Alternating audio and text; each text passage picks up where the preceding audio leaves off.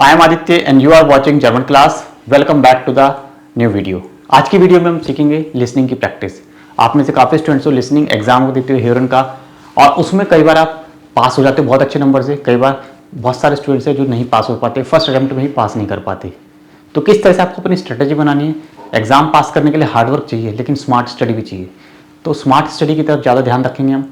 किन बातों का आपको ध्यान रखना है प्रिपरेशन करते टाइम, और एग्जाम हॉल में बैठे हुए तो कैसे आपको सही से कंसंट्रेट करना है, ठीक है, उस चीज़ों को भी ध्यान रखेंगे। तो पूरा वीडियो एंड तक देखना, हेल्प काफ़ी मिलेगी। और वीडियो पसंद आएगी तो लाइक करना, चैनल सब्सक्राइब कर लेना अगर फर्स्ट टाइम हो चैनल पे। तो देखिए, लिसनिंग का एग्जाम है जर्मन का। अब जर्मन के एग्जाम के अलग अलग लेवल्स होते हैं, आपको पता ही है। A1 लेवल होता है, B1 भी हो सकता है, B2 भी हो सकता है, कोई भी लेवल आपका हो सकता है। और एग्ज़ाम भी अलग अलग होते हैं, चाहे आपका गोएथे का एग्ज़ाम हो, ठीक है, चाहे आपका टेल्क का एग्ज़ाम हो, चाहे आपका OSD हो, और टेस्ट डाक भी हो सकता है यदि आप जर्मन में मास्टर्स कर रहे हो जर्मन मीडियम में। तो इस सभी एग्जाम में लिसनिंग होती है, ह्यूरन का एग्जाम होता है, और थोड़ा अलग ही चैलेंजिंग होता है, काफ़ी प्रॉब्लम आती है कैसे एग्जाम को अच्छे से अटेम्प्ट करना है, उन बातों को देखेंगे हम।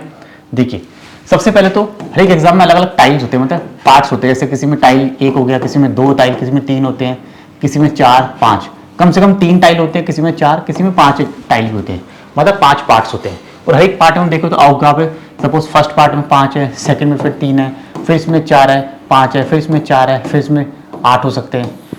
तो ऐसे टोटल नंबर ऑफ क्वेश्चंस भी होते हैं। तो आपको टोटल नंबर ऑफ क्वेश्चंस, मतलब जैसे गोएथे में क्या है, आपको 60% लाना होता है, टेल्क में भी आपको 60% लाना होता है पास होने के लिए, ठीक है। पास होने के लिए 60% आपको लाना ही होता है। सपोज आपके टोटल नंबर ऑफ 30 क्वेश्चन है, तो पास होने के लिए आपको कितने चाहिए, 30 में से, ठीक है, आपको 18 नंबर आने ही चाहिए, तभी आपका 60% बनेगा। तो आप गोएथे B1 का लिसनिंग पास कर पाओगे, ठीक है। इस तरह से आपका पैटर्न होता है। 60% आपको मार्क्स चाहिए पास होने के लिए। अब इसमें ध्यान क्या रखना है। अब सपोज आप टाइल 1 अटेम्प्ट कर रहे हो, ठीक है, टाइल 1 आप दे रहे हो। अब यहाँ पे लिखा हुआ है कि CD आइनमाल प्ले होगी, मतलब एक बार प्ले होगी। मतलब आपके जो अवगावे है, 5 अवगावे हैं, उसमें हर एक के सामने आपको पता है इस तरह से ऑप्शंस होते हैं, ठीक है। आपको करेक्ट आंसर पे क्रॉस लगाना है। तो सुन के आपको क्रॉस, एक तो क्रॉस आपको सही लगाना है, इस तरह से बीच में क्रॉस लगाना है। ये क्रॉस करने का तरीका ये भी गलत है, और ये करने का ये भी गलत है। तो आपको सही तरीके से क्रॉस करना है, ठीक है, ये आपका राइट तरीका है, इसको आपको ध्यान रखना है, सही तरीके से आपको टिक करना है, ठीक है। फिर दूसरा क्या, CD अगर आइनमाल प्ले हो रही है तो मतलब कि आपको 5 अवगाव कंप्लीट करने के लिए एक ही बार CD सुनाई जाएगी, तो आपको फुल अटेंशन देनी है। इस तरह के टाइल में क्या होता है, एक्यूरेसी थोड़ा कम होती है। 5 में से 5 आपके सही हो जाए जरूरी नहीं है, आपके 2 भी सही हो सकते हैं, 3 भी हो सकते हैं, 4 हो गए तो बहुत बढ़िया बात है। और एक एक्सेप्शनल केस होता है कि आपके 5 ही ठीक हो जाए और CD भी आइनमाल एक ही बार प्ले हुई हो, फिर आप ब्रिलियंट हो। आप ब्रिलियंट हो, आपका स्टडीज़ में बिल्कुल परफेक्शन रहा है, आपने ह्यूरन की अच्छे से प्रैक्टिस करी है। यह आइनमाल। दूसरा केस क्या होता है, स्वायमाल। CD जिसमें 2 बार प्ले होती है। ये सपोज आपका टाइल 2 है, किसी भी एग्जाम में लिसनिंग का टाइल 2 है जिसमें CD 2 बार प्ले हो रही है, ठीक है। टोटल नंबर ऑफ आपके क्वेश्चन क्या है, आपके पास टोटल नंबर ऑफ क्वेश्चन 10 है, टोटल 10 क्वेश्चन है, 10 अवगाव है आपके पास, CD 2 बार प्ले हो रही है। तब इसमें क्या करोगे आप, जब एक बार प्ले होगी तो 5 क्वेश्चन अटेम्प्ट करोगे, दूसरी बार प्ले होगी तो 5 क्वेश्चन अटेम्प्ट करोगे। ध्यान देना इस बात को। CD 2 बार प्ले हो रही है, तो जब एक बार प्ले हो रही है तो पहले फर्स्ट 5 पे आप ध्यान दे लो, पूरा फोकस फर्स्ट 5 पे दे लो बस, और उसके बाद लास्ट के जो 5 है उन पे दे लो। तो टोटल 10 में से आपके आराम से आप 10 में से 7 to 8 स्कोर कर लोगे यदि आपकी अच्छे से तैयारी रही है। ये आराम से आप स्कोर कर सकते हो, समझ आ गया। स्वायमाल को ऐसे अटेम्प्ट करना है। तो हर एक में टेस्ट, डाफ हो, गोएथे हो, टेल्क हो, OSD हो, आपको मिलेंगे। लिसनिंग के किसी पार्ट में आपको 2 बार CD प्ले हो रही है, किसी में 1 बार, ये हर एक में होता है। सारे पार्ट्स में 1 बार CD प्ले होगी ऐसा नहीं हो सकता, सारे पार्ट्स में 2 बार प्ले होगी ऐसा नहीं हो सकता, तो मिक्स होते हैं। तो इसलिए मैंने दोनों का तरीका बता दिया, दोनों को ध्यान रखना है। अब आपको क्या करना है, जब घर पे प्रैक्टिस कर रहे हो, जब घर पे प्रैक्टिस कर रहे हो तब आपको क्या ध्यान रखना है, कुछ बातें जब आपको घर पे प्रैक्टिस करते करते ध्यान रखनी है। आप लिसनिंग की प्रैक्टिस कर रहे हो घर पे, मोबाइल से कर रहे हो, चाहे आप लैपटॉप से, आईपैड से, कंप्यूटर से, किसी से भी कर रहे हो, ठीक है। वहाँ पे आपको क्या ध्यान रखना है, आपकी जो बुक है, जो आपकी CD है, CD के साथ आपको मिलती है ट्रांसक्रिप्शन, ठीक है, ट्रांसक्रिप्शन होती है। अभी ट्रांसक्रिप्शन क्या होती है, जो भी कुछ हो रहा है वो आपको एक स्क्रिप्ट में मिलता है, ठीक है, आपको स्क्रिप्ट में मिलता है। तो आप CD को सुनोगे और ट्रांसक्रिप्ट को पढ़ते रहोगे साथ साथ। ये आपको स्टेज 1, ये प्रिपरेशन का है, स्टेज 1 है, यहाँ से आप शुरू करोगे अपनी प्रिपरेशन, ट्रांसक्रिप्शन के साथ पढ़ना है। इससे क्या होगा, आपको एक तो हैबिचुअल आपको पता लगेगा कि आप सही सुन रहे हो, ठीक है। फर्स्ट राउंड लगाओगे, फिर स्टेज 2 में क्या करोगे आप, बिना ट्रांसक्रिप्शन के पढ़ के देखोगे कितना समझ आ रहा है। हो सकता है आपको 25% ही समझ आएगा बिना ट्रांसक्रिप्शन के, ठीक है।